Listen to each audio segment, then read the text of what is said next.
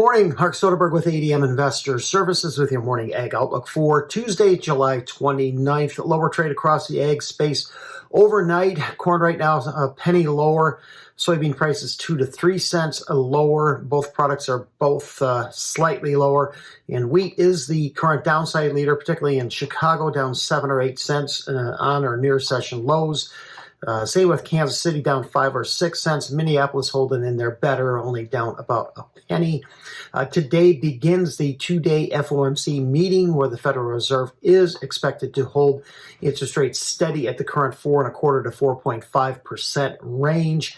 Of most interest to me will be just how President Trump responds to rates holding steady, as he has been quite vocal on his desire to see rates come down. U.S. dollar overnight jumped out to a new high for the month.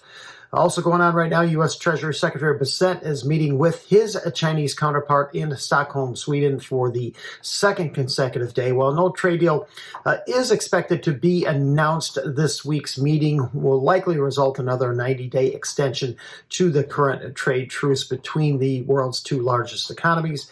Late yesterday, President Trump indicated that he has no plans to meet with Chinese President Yi in China, however, would consider if invited. They are expected to meet at the end of October in South Korea. Corn ratings, they did slip 1% to 73% good to excellent. That was in line with expectations. Conditions improved in 10 states while declining in 8. Overall ratings remain the highest since 2016. My model is suggesting a national average yield at just over 185 bushels an acre, well above the USDA's 181. 76% of the crop is silking, while 26% is in the dough stage. That's all in line with recent history. Bean ratings, they improved 2% to 70% good to excellent. That was better than expected. Conditions also improved in 10 states while declining in 8. Ratings are the highest since 2020. Current ratings, to me, would suggest an average yield at just over 53 bushels an acre versus USDA's 52.5 in the July production report. 76% of the crop is blooming.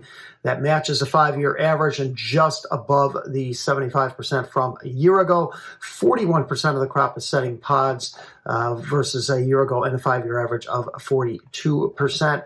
Winter wheat harvest advanced 7% to 80% complete. That's just below the 5-year average now of 81%.